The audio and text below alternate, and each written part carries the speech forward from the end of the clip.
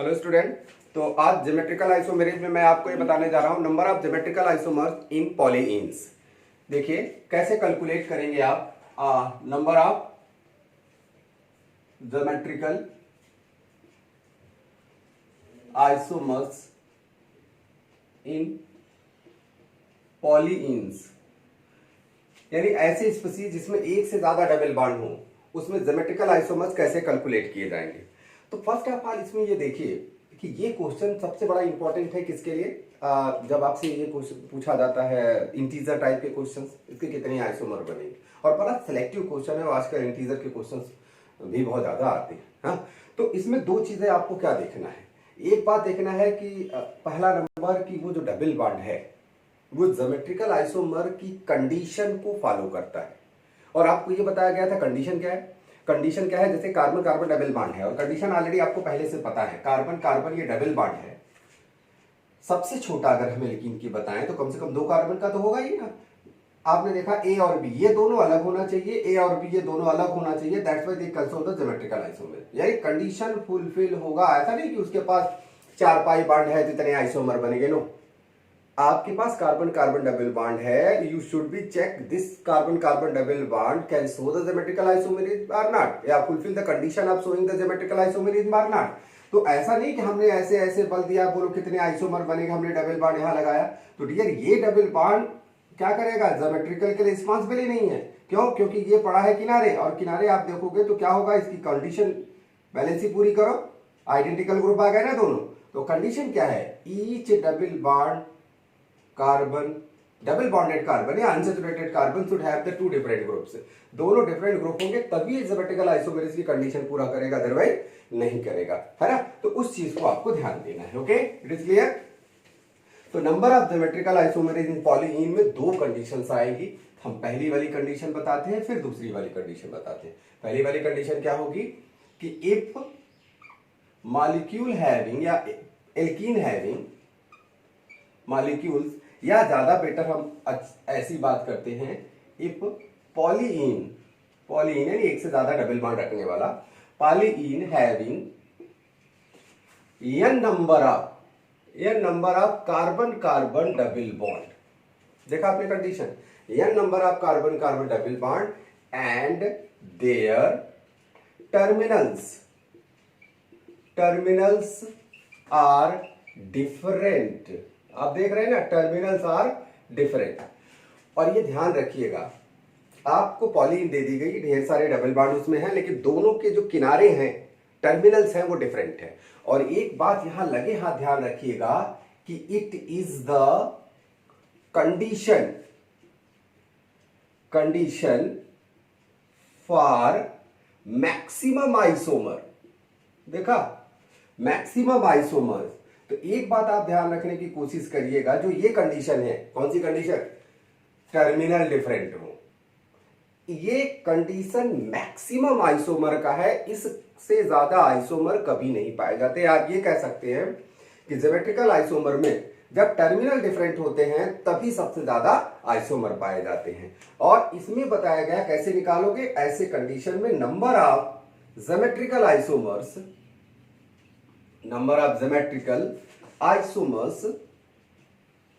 Isomers equal to 2 to power n। एक simple सा, आपने देखा कितना सिंपल सा, 2 to power n, power n लगा दिया और बहुत आसानी से कैलकुलेट कर सकते हैं। Okay, it is clear. तो जैसे अगर हम छोटा सा कोई एग्जांपल दे दें, मान लीजिए CS दे दिया, डबल बॉन्ड दे दिया, CS दे दिया, और CS दे दिया, डबल बॉन्ड CH, और हमने क्या किया, यहां डाल दिया C2H5। आपको क्या ध्यान देना है, टर्मिनल डिफरेंट है, और टर्मिनल अगर डिफरेंट नहीं आप ध्यान रखने की कोशिश करिएगा तभी ये आइसोमर कंडीशन है, नहीं मामला गड़बड़ हो जाएगा। तो आपने क्या किया, टर्मिनल डिफरेंट है। अब बताओ n की वैल्यू आपको क्या दिखाई दे रही, n की वैल्यू दिखाई, एक डबल बॉन्ड 2 डबल बॉन्ड, तो आपके n की वैल्यू 2 हो गई, और n की वैल्यू 2 हो गई, जो टोटल आइसोमर 2 टू पावर 2 कितने हो गए, टोटल आइसोमर आ गए 4, आ गए ना 4 आइसोमर। तो आप बहुत आसानी से इस बात को समझते हैं कि कैसे हम कैलकुलेट करते हैं। अब बात यह रही कि मान लीजिए कि आपको फार्मूला आप भूल गए, अब नहीं दिमाग में है, आपके पास फार्मूला ही दिमाग में नहीं है, तब आप कैसे आइसोमर कैलकुलेट करोगे। हम इसी को अगर हम आइसोमर कैलकुलेट करने के लिए बताएं तो आप बहुत आसानी से दिमाग लगा सकते हैं यार, इसके पास 2 पाई बॉन्ड, ये क्या है यहाँ, this is also fulfil the requirement of showing the geometrical isomer, क्योंकि इस पे CH3, इस कार्बन पे CH3 और H लगा है, और इस कार्बन पे क्या लगा है, CH3H लगा है, आपने देख रहे हैं ना, और इस कार्बन पे भी देखिए H लगा है और इतना बड़ा सा ग्रुप लगा हुआ है। तो यानी दोनों डबल बॉन्ड रिक्वायरमेंट फुलफिल करते हैं किसका, ज्योमेट्रिकल आइसोमर के। ठीक, अब क्या हो सकता है, अब देखो फार्मूला आपको नहीं पता है, आपको ये तो पता है यार, ये डबल बॉन्ड ये डबल बॉन्ड, हो सकता है दोनों सिस हो, तो एक जैसे नजर आएंगे, दोनों ऐसे नजर आएंगे, कैसे नजर आएंगे, ऐसे नजर आएंगे, ऐसे ऐसे, यानी दोनों हो सकता है सिस हो सकता है दोनों ट्रांस हो, ऐसे ये डबल बॉन्ड ये डबल बॉन्ड ये डबल बॉन्ड, और देखा दोनों ट्रांस होता है ना। अब देखो कंपाउंड, हो सकता है एक साथ दोनों सिस हो सकता है एक साथ दोनों ट्रांस हो सकता है जब इधर वाला ट्रांस था तो उधर वाला सिस रहा हो, और जब इधर वाला सिस रहा हो तो उधर वाला ट्रांस रहा हो, चाह रहे ना कंडीशन। तो यहां आपको मैं आप बताता हूं ये कंडीशन में कैसे आप इस समझते हैं, और अगर आप सिस ट्रांस नहीं समझते तो आप इजेट कर दो, नो प्रॉब्लम। तो ये डबल बॉन्ड में आपको कंडीशन में बताऊं, हो सकता है कि दोनों डबल बॉन्ड सिस रहे हों एक कंपाउंड, हो सकता है दोनों डबल बॉन्ड ट्रांस रहा होगा दूसरा कंपाउंड, इधर वाला सिस तो इधर वाला ट्रांस, इधर वाला ट्रांस तो इधर वाला सिस। अब बात ये होता है, क्या इसका सिस इसके सिस से सिमिलर है, इसका ट्रांस इसके ट्रांस से सिमिलर है, तो नहीं सिमिलर है। क्यों, क्योंकि आपने देखा ये जो कंपाउंड था, ये जो कंपाउंड मैंने आपको बना के दिया है, ये डबल बॉन्ड C और यहां CH3 ग्रुप लगा है और यहां क्या लगा है, C2H5 लगा है। तो बट नेचुरल है कि इस स्पीसीज का जो सिस होगा, इस स्पीसीज का जो सिस होगा, दोनों आइडेंटिकल नहीं होंगे। अगर हम यहां CH3 लगा देते और यहां CH3 लगा है, तो ये दोनों डबल बॉन्ड, दोनों ये एल्कीन क्या हो जाते, सिमेट्रिकल हो जाते। तो इसका सिस इसके सिस जैसा हो जाता और इसका ट्रांस इसके ट्रांस जैसा हो जाता, तो दोनों मिलके एक ही कंपाउंड बनता, दो ना बनता। वो आगे की कंडीशन आएगी, मगर ये बहुत सिंपल है। ओके, बहुत आसानी से आप कैलकुलेट कर सकते हैं। चलिए हम कार्बन की संख्या इंक्रीज करते हैं। मान लीजिए हमने CH3 दे दिया, CH है, डबल बॉन्ड CH हो गया, चलो फिर देते हैं CH डबल बॉन्ड CH हो गया, फिर CH कर दिया, डबल बॉन्ड CH कर दिया, और यहां हमने मान लो क्लोरीन ही लगा दिया। आपकी मर्जी, आप कुछ ऐसा लगाओ, but this can show the geometrical isomer, ये शो करेगा ना, क्योंकि इसके ऊपर क्या लगा है बोलो, हाइड्रोजन और क्लोरीन लगा। Clear it is. अब आप सोचो यहाँ N की वैल्यू कितनी हो गई, 3 हो गई। टर्मिनल देखिए, CH3 लगा है, यहाँ क्लोरीन लगा है, टर्मिनल डिफरेंट है, इसका मतलब total number of isomer 2 to power कितने हो गए, 3 हो गए। 3 हो गए तो कुल कितने आएंगे, 8 आइसोमर। आप देखिए 8 आइसोमर्स आर पॉसिबल। अब मैंने फिर वही बात किया कि सपोज आपको वो नहीं आता, फार्मूला ही नहीं आता आपको, हाँ कैसे कैलकुलेट करोगे, तो आप कैसे कैलकुलेट करोगे, देखो हो सकता है, अब देखो बीच वाला डबल बॉन्ड को पहले आप पकड़ लो, बीच वाला हमारा सिस हो सकता है, ट्रांस हो सकता है, या आप मर्जी आप लिख सकते हो बीच वाला हमारा Z हो सकता है और बीच वाला हमारा E हो सकता है। ठीक, जब बीच वाला Z था, हो सकता है दोनों किनारे Z रहे हों। जब बीच वाला ये Z था, हो सकता है दोनों किनारे क्या रहे हों, E रहा हो। जब बीच वाला Z था, हो सकता है इधर का E रहा हो मगर इधर का Z रहा हो, और जब ये Z था, हो सकता है कि ये Z रहा हो, इधर वाला E रहा हो। कितने आइसोमर आपको यहां से मिल गए, बोलो 4 मिले ना, 4 मिल गए। इनको देखो, अब वैसे ही इसको भी कैलकुलेट कर सकते हो। अगर ये E था, हो सकता है किनारे दोनों किनारे वाले E रहे हों। जब ये E रहा होगा, हो सकता है दोनों किनारे Z रहे हों। जब ये E रहा होगा, इधर Z और इधर E रहा होगा, और जब ये E रहा तो इधर E और इधर Z रहा होगा। तो कुल मिला के 4 यहां से आएंगे। टोटल कितने आइसोमर आए, 8 आइसोमर आपको दिखाई दे रहा है। तो ऐसे आप बहुत आसानी से कैलकुलेट कर सकते हो number of isomer. Okay, this clear, समझ में आया ना बात, बहुत आसानी से। यानी आपको फार्मूला नहीं मालूम है तो भी आप कैलकुलेट करो, कोई प्रॉब्लम नहीं। लेकिन ये ध्यान रखना, here this is the condition of maximum isomerase. Maximum isomerase कब आएगा, जब दोनों टर्मिनल डिफरेंट हो गए, और दोनों टर्मिनल डिफरेंट हो गए, सिंपल सा फार्मूला 2 टू पावर n है ना, कुछ भी ज्यादा दिमाग नहीं लगाना है, बहुत आसानी से इसके आइसोमर को कैलकुलेट कर सकते हो। क्लियर, आई होप आपको समझ में आ रहा होगा ये बात। ओके, चलिए अब दूसरी जो कंडीशन है, यानी जो पॉलीइन है, सेकंड कंडीशन देखिए कि पॉलीइन having n number of carbon double bond and their terminals are same। अगर टर्मिनल सेम आ गए, अब देखो एक नई कंडीशन आ गई, और जानते हो यही प्रॉब्लम आएगी जब टर्मिनल सेम होंगे। है ना। यहाँ ज्योमेट्रिकल आइसोमर में नंबर ऑफ हम डबल बॉन्ड को काउंट करते हैं, ऑप्टिकल आइसोमर में नंबर ऑफ असिमेट्री काउंट करेंगे। फार्मूला लगभग नियरली सेम है, ये बात ध्यान रखने की कोशिश करिए। और कहाँ गड़बड़ होता है, जब टर्मिनल सेम आते हैं। अब बताओ, टर्मिनल सेम आएंगे तो पहला नंबर आप दिमाग लगाओ, number of isomer maximum isomer से कम होंगे या ज्यादा होंगे, तो आपको आंसर आएगा नंबर ऑफ आइसोमर क्या होंगे, कम हो जाएंगे। भाई कम होंगे ना, क्योंकि टर्मिनल जब सेम होगा तो हमने क्या बताया था, इधर सिस का सिस इधर सिस जैसा होगा, इधर का ट्रांस इधर ट्रांस जैसा होगा। जब एक जैसा होगा तो एक आइसोमर घटेगा ना। तो जहां ऊपर वाले में 4 आंसर आ रहा तो वहां कितने आ गए बोलो, वहां आंसर 3 आ जाएंगे। तो यहाँ एक बात आप समझने की कोशिश करो, लेकिन नई बात क्या आई, यहाँ नई बात 2 बात में आ जाएगी। एक होता है कि यन क्या है। अब देखो, अभी तक यन के बारे में हम नहीं बात कर रहे थे, तो यन आपके पास यहाँ आएगा इवन, और यन की वैल्यू कितनी आएगी, ऑड है। इसको भी समझना पड़ेगा। ऑड और इवन अभी तक ऐसी कोई कंडीशन नहीं थी, कब तक, जब तक टर्मिनल डिफरेंट था तब। और टर्मिनल सेम आया तो एक नई प्रॉब्लम आ जाएगी, उसको आपको ध्यान देना है। और ऐसे कंडीशन में आप देखो, नंबर ऑफ आइसोमर यानी number of geometrical isomers, geometrical जो आइसोमर्स होते हैं वो कैसे कैलकुलेट किए जाएंगे, आइसोमर्स इक्वल टू, अब देखो 2 टू पावर क्या होगा n-1 plus 2 to power p-1, ऐसे कैलकुलेट किया जाएगा। अब यहाँ एक नया चीज आ गया, n तो पता है आपको, नंबर ऑफ डबल बॉन्ड, एक नया नाम आ गया p। और p क्या है, देखिए यहाँ p की बात देखिए, यहाँ जब हम कैलकुलेशन करेंगे आइसोमर तो आपको पता चलेगा। तो p equal to n/2 use करेंगे, कब, जब n क्या होगा, जब n इवन होगा। कोई नई बात नहीं आई। और यहां हम p की वैल्यू यूज करेंगे। अच्छा, जब ऑड होगा तो ऑड में क्या करेंगे बताओ, ऑड में हम 2 से डिवाइड करेंगे। लेकिन डियर, जब हम 2 से डिवाइड करेंगे तो वो 2 पूरी तरीके से कट तो होगा नहीं वो, तो क्या करेंगे हम उसको इवन को पहले, ऑड को पहले इवन बनाएंगे। तो n+1 कर देते हैं, इवन बन जाएगा, तब बाई 2 कर देते हैं, कब, जब n क्या होगा, ऑड होगा। देखा आपने, बड़ा सिंपल सा तरीका है। अब आप बहुत आसानी से कैलकुलेट कर सकते हैं। Okay, it is clear. मैं एक एग्जांपल भी बता देता हूं, जैसे आपको आसानी से क्लियर रहे होगा। ओके, फार्मूला देख लिया ना आपने, और फार्मूले की भी इतनी जरूरत नहीं कि आप फार्मूला रट करके रखो, मतलब आप अपने से भी समझ सकते हो उसकी कितनी आइसोमर। लेकिन चक्कर क्या है, मान लीजिए अमाइनो एसिड का आ गया, पता लगा ऑप्टिकल आइसोमरीज में ढेर सारे एसिमेट्रिक कार्बन एटम आए, आपको कोई स्पीसीज दे दिया, उसमें मान लो 10-15 डबल बॉन्ड है, तब ऐसी कंडीशन आएगी तो आप थोड़ी आप अपने से कैलकुलेट, तब तो आपको फार्मूला ही लगाना पड़ेगा ना। तो इस तरीके से हम आपको इसका एग्जांपल्स बताते हैं। ओके, समझ में आया ना। ओके, अब देखिए, अब शर्त क्या है, टर्मिनल सेम वाली कंडीशन, ध्यान रखना टर्मिनल सेम वाली कंडीशन है।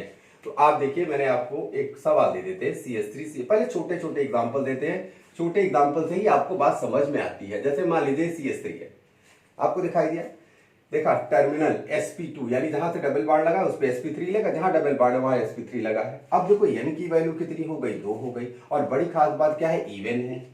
हाँ, इवन है तो आइसोमर कैसे निकालोगे बताओ, 2 to power n-1 plus 2 to power p-1, ऐसे निकाला। अब n-1 में 2 टू पावर, अब 2 ही तो है, 1 हो गया, और प्लस 2 टू पावर कितना हो गया, p-1। p की वैल्यू कितनी है, इवन है, तो क्या लिखोगे आप, n/2-1। ठीक, हमने पहले p की वैल्यू रखो, ये -1 तो है ही है। तो क्या हुआ बताओ, 2 क्या 1 कितना आ जाएगा, 0 आएगा ना। तो आपने देखा आपके पास आया कितना आया, यहां से 2 आया और 2 आया, और 2 टू पावर 0, और 2 टू पावर 0 की वैल्यू कितनी होती है डियर, अबे किसी भी नंबर पे अगर हम 0 का पावर लगा देंगे तो 1 हो जाएगा। तो आपके पास टोटल आइसोमर कितने हो गए, 3 आइसोमर। अब बात आया कि चलो आपको फार्मूला नहीं याद है तो आप कैसे 3 आइसोमर कैलकुलेट करोगे। तो देखो हाउ यू कैलकुलेट, तो हमने आपको पहले बताया, मान लो दोनों साइड में सिस लगाओ, हो सकता है दोनों साइड में ट्रांस लगाओ, इधर सिस तो इधर ट्रांस, इधर ट्रांस तो इधर सिस। अब बात यह है कि जैसा पूरा ये है वैसे ही तो ये है। तो भाई अगर हम कहें कि ये कंपाउंड, ऐसा कंपाउंड और ऐसा कंपाउंड में क्या डिफरेंस है, तो आप कहोगे नॉमेनक्लेचर में तो कोई डिफरेंस ही नहीं आएगा। आप देखो ना क्या फर्क पड़ता है, बोथ आर द सेम। तो दैट इज वाई ये चीज क्या हो जाएगी, आइडेंटिकल हो जाएगा। तो यानी आप कह सकते हैं कि एक आइसोमर इसका ये बन गया, दूसरा आइसोमर ये बन गया, और ये तीसरा, दोनों आइडेंटिकल हो जाएंगे। तो चाहे इसको लिखो या इसको लिखो, बोथ आर आइडेंटिकल। तो कितने बन जाएंगे, 3 आइसोमर। ऐसे अगर यहां 3 डबल बॉन्ड होते तब भी आप कैलकुलेट कर सकते थे। है ना। चलो उसका भी एग्जांपल मैं आपको बता देता हूं। क्लियर, ये बात समझ में आएगा बात। उसका एग्जांपल देखिए आप। चलिए, जैसे मान लीजिए CH3 है, CH है, डबल बॉन्ड CH है और CH डबल बॉन्ड CH और CH डबल बॉन्ड CH करके हमने CH3 कर दिया। आपके सामने दिखाई दे रहा है। नंबर ऑफ n की वैल्यू कितनी है? 3, 1 2 3, 3 दे दिए। और टर्मिनल क्या हो गए? CH3 प्रेजेंट है। यहां भी टर्मिनल पे क्या प्रेजेंट है? CH3 प्रेजेंट है। क्लियर, क्लियर हुआ, बात समझ में आई। अब देखो, बट n कैसा हुआ? ऑड हो गया, हुआ ना ऑड। अब ऐसी कंडीशन में आपके पास फार्मूला क्या है? फार्मूला बताओ कितना है? 2 to power n-1 प्लस क्या है? 2 to power p-1। अब कितना हुआ? इधर n-1 करेंगे तो 2 बच जाएगा और इधर क्या करेंगे? 2 to power p-1। अब p की वैल्यू कितनी हुई बोलो? ऑड है। पहले इवन बनाओगे, इवन बनाओगे तो क्या करोगे? n+1 कर दोगे, बाई 2 कर दोगे और फिर -1 कर दोगे। बात समझ में आई। अब कितना हुआ बताओ? ये हो गया 4 और ये कितना हो जाएगा? 3 4, ये 2 हो जाएगा, यानी 2 to power 2 -1 कितने हो गए बोलो? 4 प्लस 2 to power 1 कितने आ गया? 2 आ गया। तो 4 प्लस 2 कितने आ गए? 6 आइसोमर आए। तो 6 आइसोमर तो आप एक नॉर्मल कैलकुलेट कर लेते हो, लेकिन मैंने आपको बताया हो सकता है आपको फार्मूला ही नहीं पता हो। फार्मूला नहीं पता है तो आप देखिए क्या हो सकता है। बीच वाला अगर सिस है तो दोनों किनारे सिस है, बीच वाला अगर सिस है, बीच वाला सिस है, 4 सिचुएशन है, दोनों किनारे ट्रांस है, बीच वाला सिस है, दोनों किनारे, इधर सिस, इधर ट्रांस, इधर ट्रांस, इधर सिस। देखा, ये कंडीशन हुई ना। और ये कंडीशन होगी, बीच वाला अगर ट्रांस होगा, बीच वाला ट्रांस हो गया, बीच वाला ट्रांस हो गया। देखा, अब क्या हो गया? हो सकता है इधर वाला ट्रांस हो सकता है दोनों सिस हो सकता है ये सिस, ये ट्रांस है, ये सिस है। अब देखो आप, एक स्पीसीज ये बना, दूसरा ये बना, अब तीसरे में देखो, आपको नहीं लग रहा है कि इसका ट्रांस इसके ट्रांस जैसा होगा? आपको नहीं लग रहा है इसका सिस इसके सिस जैसा होगा, जबकि एकदम टर्मिनल सेम है। तो इधर से आएगा 3, तीसरा ये आएगा। अब देखो, एक फिर वही बात, ये और ये डिफरेंट है, मगर ये क्या है? दोनों ये भी आइडेंटिकल हो गए। तो आपने देखा 3 यहां से मिलेगा, 3 यहां से मिलेगा, टोटल आइसोमर कितने आ गए? 6। बात समझे कि नहीं? तो इस तरीके से आप बहुत आसानी से कैलकुलेट कर सकते हो नंबर ऑफ ज्योमेट्रिकल आइसोमर्स, है ना। तो एक सिंपल सा मैंने यहां बताया कि इसके कितने ज्योमेट्रिकल आइसोमर होंगे, और बहुत सिंपल वे में, है कि नहीं। आपको फार्मूला याद है तो चलेगा, नहीं याद है तो भी चलेगा, है ना। तो इस तरीके से आप कैलकुलेट करिए इसमें नंबर ऑफ आइसोमर, थोड़ा प्रैक्टिस करिए, जो भी दिया रहेगा। लेकिन इसका क्या ख्याल करना, देखिए क्वेश्चन ऐसे भी पूछे जाते हैं। देखिए कैसे कि अगर हमने आपसे पूछा कि चलो यार इसके ज्योमेट्रिकल आइसोमर चलो कितने बनेंगे, ये एक डबल बॉन्ड, ये डबल बॉन्ड, ये डबल बॉन्ड लगाया और ये डबल बॉन्ड लगाया, तो आप number of double bond n की वैल्यू कितनी लिखोगे? n की वैल्यू 1 2 3 ही हुआ। ये मत समझ लेना टर्मिनल आया n की वैल्यू ही नहीं आएगी, और दोनों टर्मिनल डिफरेंट है डियर। ये CH3 प्रेजेंट है और ये CH2 प्रेजेंट है, देख रहे हैं ना। तो ये जो इनके आइसोमर आएंगे, ये 2 to power n की वैल्यू आएगी, और कितना आएगा? 2 to power 3 की वैल्यू आएगी, और पूरा आंसर कितना आ जाएगा? 8 आइसोमर। इसके चक्कर में मत रहना ये भी डबल बॉन्ड ज्योमेट्रिकल शो करेगा। तो यहां ऐसे जो क्वेश्चन आएंगे उस क्वेश्चन को बहुत आसानी से सॉल्व कर सकते हैं। और कभी कभी देखिए ऐसे भी क्वेश्चन आते हैं आपसे कि आपसे पूछा बताओ which of the following can show the geometrical isomerism. मैंने ये स्पीसीज बताया, बोलोगे ज्योमेट्रिकल आइसोमेरिज में शो करेगा कि नहीं करेगा? What your answer? This can not show the geometrical isomerism. जबकि आपको दिखाई दे रहा है यार ये है और ये है, ये आपको सिस दिखाई दे रहा है। लेकिन एक बात समझने की कोशिश करिए, आइसोमर का मतलब क्या होता है? आइसोमर का मतलब होता है कि आप किसी दो स्पीसीज से कंपेयर कर रहे हो, और अगर ये सिस है तो क्या इसका ट्रांस मिलेगा? भाई ट्रांस कैसे मिलता है बताओ? ट्रांस तो ऐसे होता है तब मिलते हैं, तो ये कैसे बनेगा? क्या ऐसे बनेगा क्या? तो आप ये समझ लीजिए कि हाँ ट्रांस पॉसिबल नहीं है। That is why this can not show the geometrical isomerism. ये सिस है, सिस ही रहेगा और सिस ही मर जाएगा, ये है कि नहीं।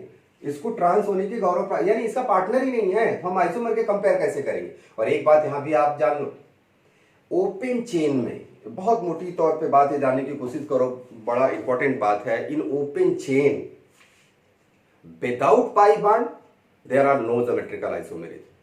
यानी कोई ओपन चेन की स्पीसीज है, अगर उसके पास पाई बॉन्ड नहीं है, भाई पाई बॉन्ड आएगा, फिर उसकी बाद कंडीशन देखेंगे कि ये ज्योमेट्रिकल शो कर पाएगा कि नहीं, वो अलग बात है। लेकिन अगर पाई बॉन्ड ही नहीं है तो उसके अंदर ज्योमेट्रिकल आइसोमेरिज भी पॉसिबल नहीं है। लेकिन in cyclic species across the pi bond there are no geometrical isomerism. Cyclic compound है, ये पाई बॉन्ड के थ्रू कभी भी ज्योमेट्रिकल नहीं होगा, ये ध्यान रखना। पाई बॉन्ड जरूरत ही नहीं है इसको। अगर हम आपसे पूछें कि बताओ ये स्पीसीज ज्योमेट्रिकल शो करेगा, आपका आंसर आया नो, सी से सीसी रहेगा, ट्रांस तो बन ही नहीं सकता। और अगर हम आपसे कहें कि चलो ये ज्योमेट्रिकल शो करेगा, अगर हमने यहां CH3 लगा दिया, इसमें CH3 लगा दिया, आप बोलोगे yes, not due to this, because of this, है ना। तो ये स्पीसीज हमारा सिस ट्रांस बन सकता है। आप देखो ना, ये हमारा स्पीसीज, ये CH3 लगा सकते हैं, हम CH3 को ऐसे लगा सकते हैं, सिस बना सकते हैं, ट्रांस बना सकते हैं, है ना। और ट्रांस बनाने के लिए हमको क्या करना पड़ जाएगा, हम एक डार्क बना दिया और दूसरा क्या बना दिया, डॉटेड बना दिया, देखा आपने। मगर ये जैसा है वैसे रहेगा, ये सिस है तो सिसी रहेगा, तो कुछ नहीं हो सकता। तो दैट इज वाई आप बहुत आसानी से इस बात को समझ सकते हैं, है ना। It is clear. तो अब आप देखिए, आप इसको स्टडी करो, ज्योमेट्रिकल आइसोमर का हमने प्रॉपर्टी सबसे ज्यादा क्वेश्चन पूछा जाता है ज्योमेट्रिकल आइसोमरिज्म में, नंबर ऑफ ज्योमेट्रिकल आइसोमर। और आप क्या करो, आप ये इसकी पढ़ाई करो और मेरे चैनल को क्या करो, सब्सक्राइब करो। और जितना सब्सक्राइब आप बढ़ाओगे उतनी ज़्यादा मैं आपकी प्रॉब्लम दूर करूंगा और लेटेस्ट आप को वीडियो बना करके देता रहूंगा, आप उसको करते रहें। Okay, bye.